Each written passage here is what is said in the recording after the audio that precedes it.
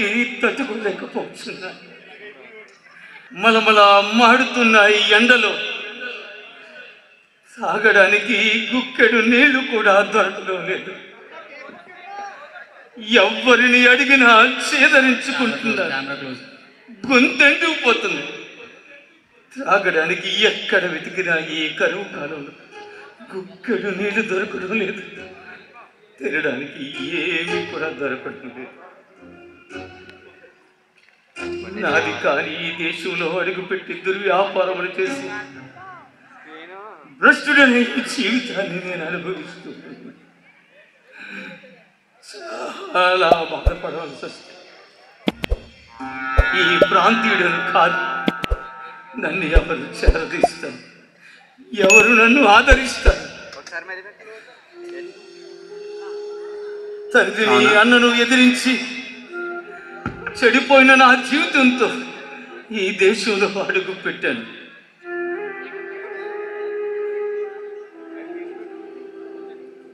దేవుని శాపమేమో దేశమంతా కరువు తాండవిస్తుంది. ఎక్కడైనా ఎవరైనా కనికరించి కాస్త పనిపిస్తే జీతం లేకపోయినా భోజనం దొరికిండేది. అయినా ప్రయత్నిస్తుంది. ఆకలికి తట్టుకోలేదు. అదిగో అక్కడ ఎవరో రోడ్డు ప్రక్కన ఏదో వేశారు. ఏమైనా దొరుకుతుందేమో చూస్తాను. అయ్యో, ఈ చెత్తలో కూడా తినడానికి ఏమీ లేదు. ఓ ప్రక్క కళ్ళు తిరుగుతుంది, ఓ ప్రక్క తల తిరుగుతుంది. నడవడానికి కాళ్ళలో సత్తువ లేదు. ఎంత హీనమైన స్థితిని అనుభవిస్తున్నా. మాట్లాడాను. ఎక్కడికి వెళ్ళగలను ఈ దేశంలో? నాదే కాని ఈ దేశంలో ఎక్కడికి నేను వెళ్ళగలను? అయ్యో,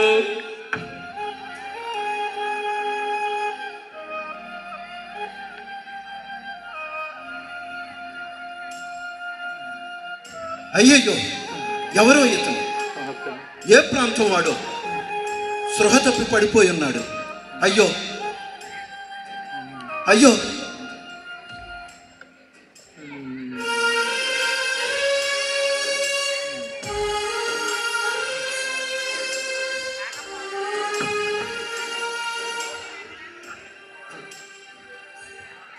బాబు, ఎవరు నువ్వు? ఎక్కడి నుంచి వచ్చావు? ఇక్కడికి ఎందుకు వచ్చావు? అయ్యా, నేను ఈ ప్రాంతీయుని కాదు. చాలా ఆకలిగా ఉన్నాను. కాస్త మీ వద్ద ఏమన్నా తినడానికి ఉంటే పెడతారా? అయ్యా, ఇలాంటి కరువు రోజుల్లో ఈ దేశానికి ఎందుకు వచ్చావు నాయన? ఎవరికి ఉన్నది వారి తినడం తప్ప కనీసం పక్కవాడి ఆకలి తీర్చలేని మహాగడ్డు రోజులు. నీవు నీ ప్రాంతానికి వెళ్ళిపోవడం మంచిది నాయన. నేను వెళ్ళలేనయ్యా, నేను వెళ్ళడానికి వీలు లేదు. అంటే ఏం చేద్దాం అనుకుంటున్నావు? ఎక్కడైనా మీరు కాస్త దయతలిచి పనిపిస్తూ, జీతం లేకపోయినా పర్లేదు బాబు, పని చేసుకొని తిండికి దొరికితే చాలు.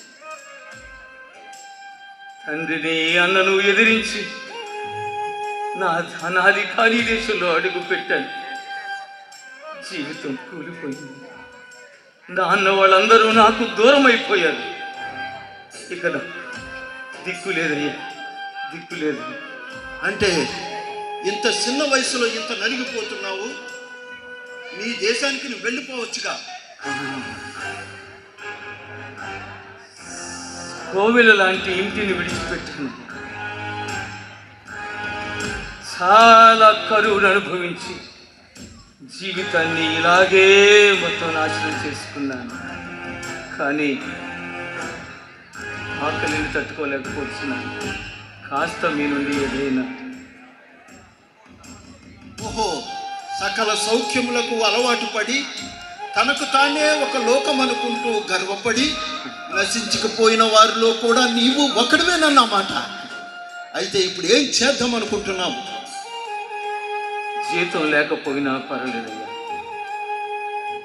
కాస్త భోజనం దొరికితే చాలు.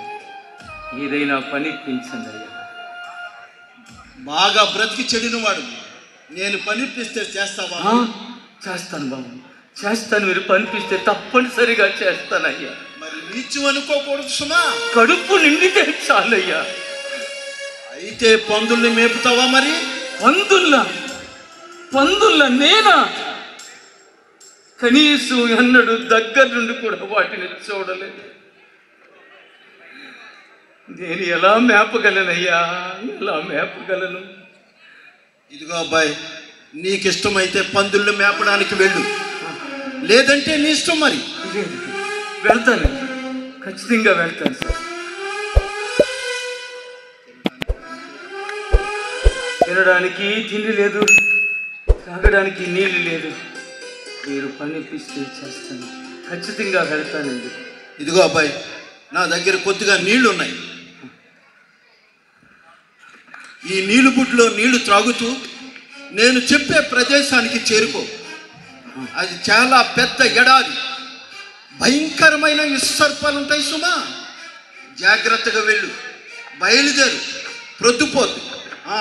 బై అక్కడ ఒక కుటుంబం ఉంటుంది, అక్కడ వారిని కలు. నేను పంపించానని చెప్పు. అలాగే. వారు నీకు ఆశ్రయం ఇస్తారు, పని చెప్తారు, కాస్త తిండి పెడతారు నాయన. ఇలాంటి పరిస్థితుల్లో నన్ను ఆదుకున్నందుకు బాబు, మీ రుణాన్ని ఎప్పటికీ నేను తీర్చుకోలేను. మీ రుణాన్ని ఎప్పటికీ తీర్చుకోలేను. ఈ జీవితం నీకు శాశ్వతం కాదు. మునుపటి జీవితాన్ని నువ్వు పొందుకోవాలి. ఎప్పటికైనా నీ ఇంటికి నువ్వు చేరాలి. కాబట్టి ఇక మీదట నువ్వు జాగ్రత్తగా నీకు ఇంటికి చేరతావని నేను కోరుకుంటూ వెళ్ళిరా బాబు, వెళ్ళిరా. వెళ్తానండి, ఖచ్చితంగా వెళ్తాను. జాగ్రత్తగా వెళ్ళు.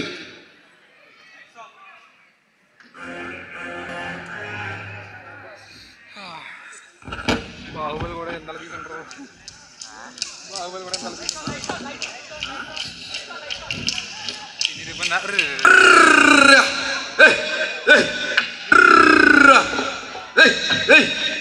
ఎంత తోలినా అటు ఒకటి వెళ్తుంది, ఇటు ఒకటి వెళ్తుంది. ఆ పిల్లల పని అలా పోతుంది, ఇలా మళ్ళించు.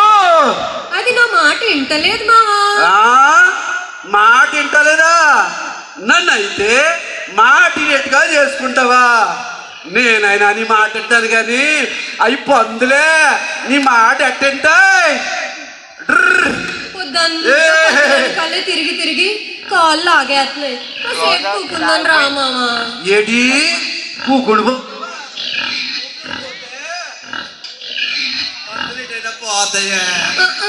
ఈ ఎడారిలో పందులు ఎక్కడ పోతాయి? రా మావా, కాసేపు కూకుందాం. నీ మాట ఎక్కించుకుంటావే.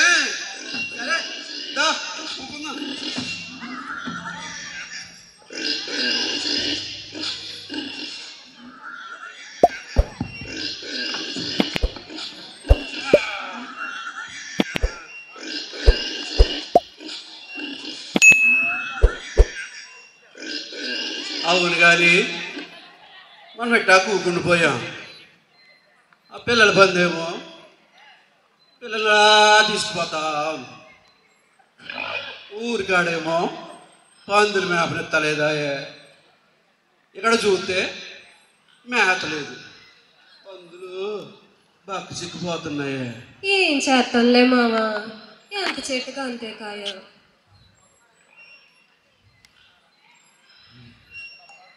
ఎవలబ్బా ఇంత దట్టమైన అడారిలో అలా నడుచుకుంటూ వచ్చేస్తున్నాడు? అమ్మో, ఇలాగే వస్తున్నాడు. ఎవలై ఉంటాలబ్బా? అమ్మో, పెద్ద పెద్ద మీసాలు, పెద్ద పెద్ద గడ్డలు, పిచ్చుడి ఉంటాడేమో బాబోయ్. మావా, ఓ మావోయ్, వస్తున్నాను.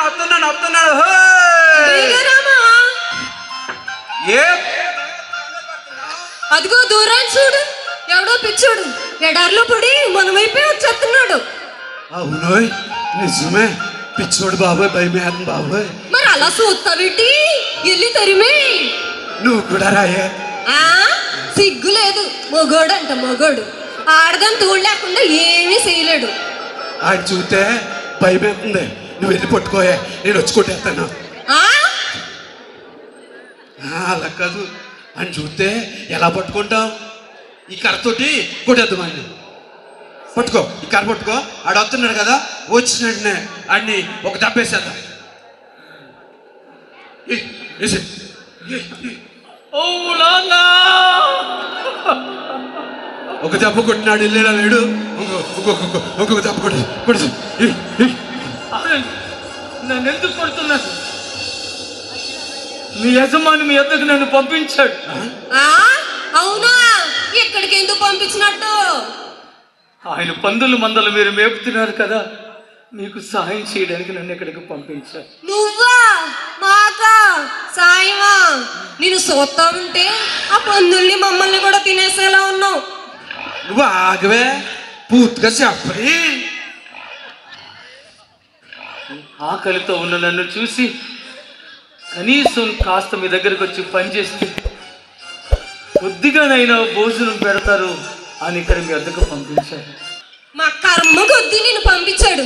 ఇదిగో నేను అతనికి ఏమీ పెట్టను. ఏమయ్య, వెనక్కి వెళ్ళిపోతావా? అలా అనకండి, వెళ్ళిపోమని అనకండి. మీరు వండుకొని తినగా మిగిలింది ఏదైనా కాస్త పెడితే కాలం గడిపేస్తాను. చాలా ఆకలిగా ఉన్నాను, నీకు పుణ్యం ఉంటుంది. పుణ్యం లేదు గిన్నె లేదు, ఉంటే పెడతాపా. సరే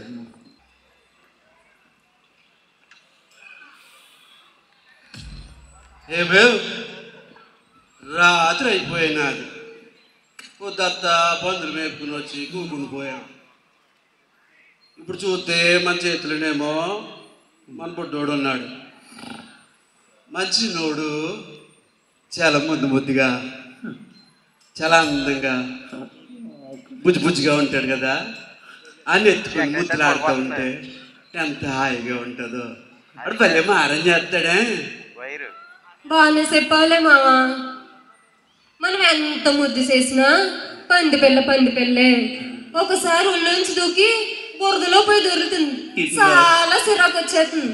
పంది జీవితం ఇంతే కామోసు. ఇది నా జీవితం కోసం. సరేలే, పొద్దు నాది, పడుకుని పోతాం. ఆ పిల్లోడిని ఆ పక్కన వేసి పడుకుని పో. మీకు మా ఈ వీడియో కనుక నచ్చితే ప్లీజ్ మన ఛానల్ని subscribe, like and share. Thank you.